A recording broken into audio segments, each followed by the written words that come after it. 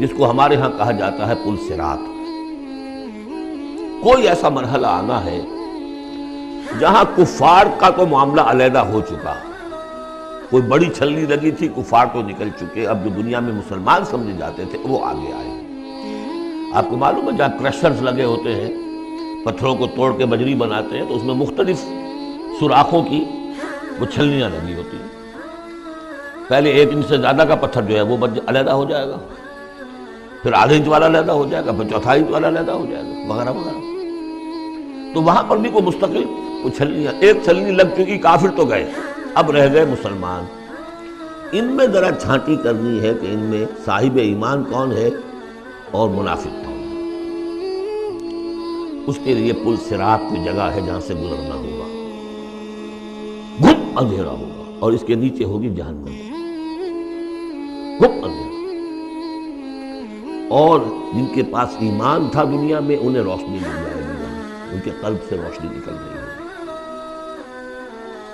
اعمال صالحہ کیے تھے داہنے ہاتھ سے، تو یہاں پہ ان کا نور ہوگا، وہ اپنی اس روشنی میں راستہ پار کر کے جنت میں پہنچ جائے۔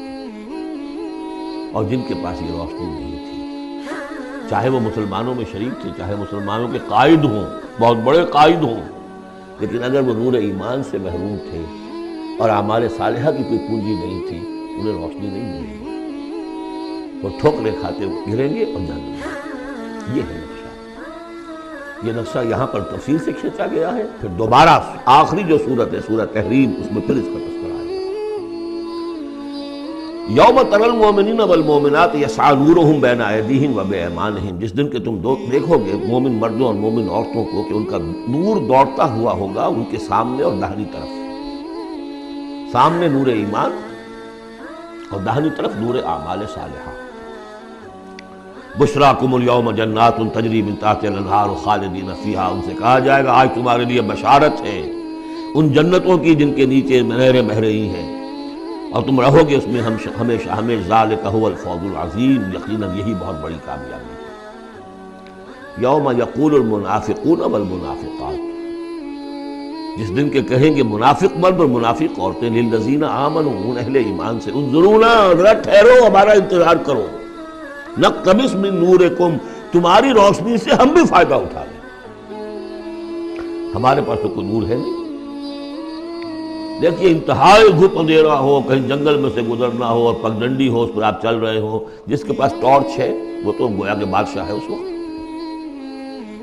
اور وہ تیز تیز قدم اٹھا رہا ہے، پیچھے والا کہتے ہیں کہ بھائی ٹھہرو گیا، تمہارے پاس تو ٹارچ ہے، ہمیں بھی ساتھ لے کے چلو۔ وہی نقشہ ہے، انظرونا، ہمیں مہلت دو، انتظار کرو ہمارا، ذرا ٹھہرو، کہاں بڑھے چلے جا رہے ہو۔ نقتبس من نورکم، یہی وہ لفظ اقتباس، قبس کہتے ہیں چنگاری کو، کسی چولہے میں سے چنگاری لا کر اپنے چولہے میں آگ جلا لینا، ہم تمہارے اس نور سے فائدہ اٹھا لیں۔ قیل ارجعوا وراءکم فالتمسوا نورا، کہا جائے گا لوٹ جاؤ پیچھے کی طرف اور تلاش کرو نور۔ یہ نور یہاں نہیں ملا، دنیا سے کما کر لایا گیا۔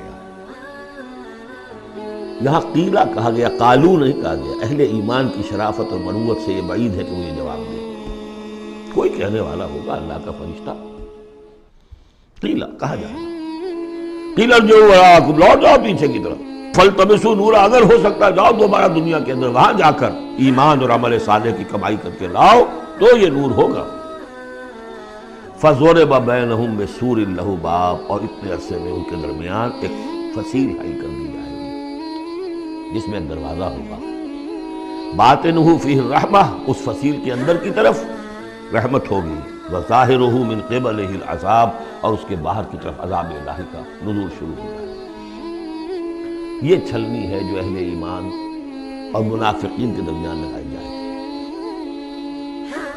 اب اس اعتبار سے اگلی دو آیتیں جو ہیں قرآن مجید کا اہم ترین مقام ہے کہ یہ پیتھولوجی کیسے ڈیولپ ہوتی ہے، نفاق کیسے آتا ہے۔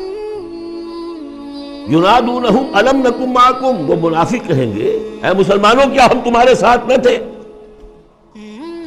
تمہارے ساتھ مسجد نبی میں ہم نمازیں پڑھتے تھے، عیدیں پڑھتے تھے، ہم تمہارے ساتھ تھے۔ الم نکن معکم، کیا ہم تمہارے ساتھ نہ تھے، قالوا بلا، اب وہ کہیں گے ہاں تھے تو ہمارے ساتھ، کیوں نہیں تھے؟ وَلَٰكِنَّكُمْ فَتَنْتُمْ أَنفُسَكُمْ، تم نے اپنے آپ کو فتنے میں ڈالا۔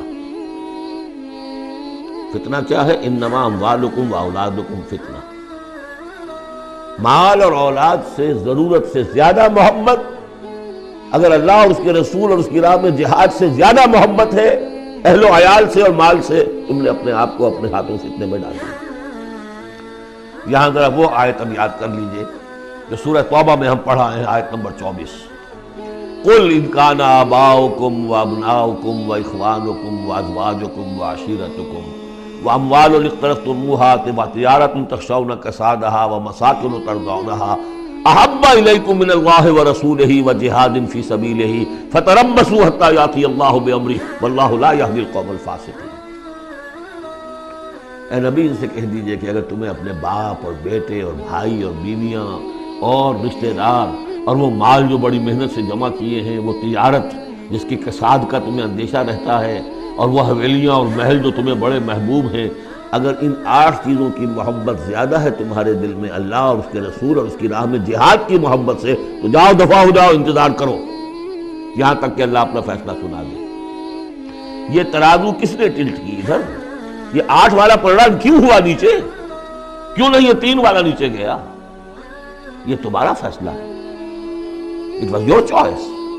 لہذا فتنتم انفسکم، تم نے خود اپنے آپ کو فتنے میں ڈالا، اور یہ فتنے میں جب ڈالا وَتَرَبَّصْتُمْ، نتیجہ تربص نکلا، وہی جو آیت ختم ہوئی آیت نمبر 24 سورہ توبہ کی، فَتَرَبَّصُوا، گو مگو میں آدمی مبتلا ہو جاتا، چلوں نہ چلوں، بڑھوں نہ بڑھوں، قدم بڑھاتا ہوں تو یہ خطرات آتے ہیں، یہ مصیبتیں آتی ہیں، رک جاتا ہوں تو باز پرس ہوتی ہے، پوچھا جائے گا، اچھا چلو جھوٹ بول کے جان بچا لوں گا، اس سے آگے بڑھنا شروع ہوتا ہے بس۔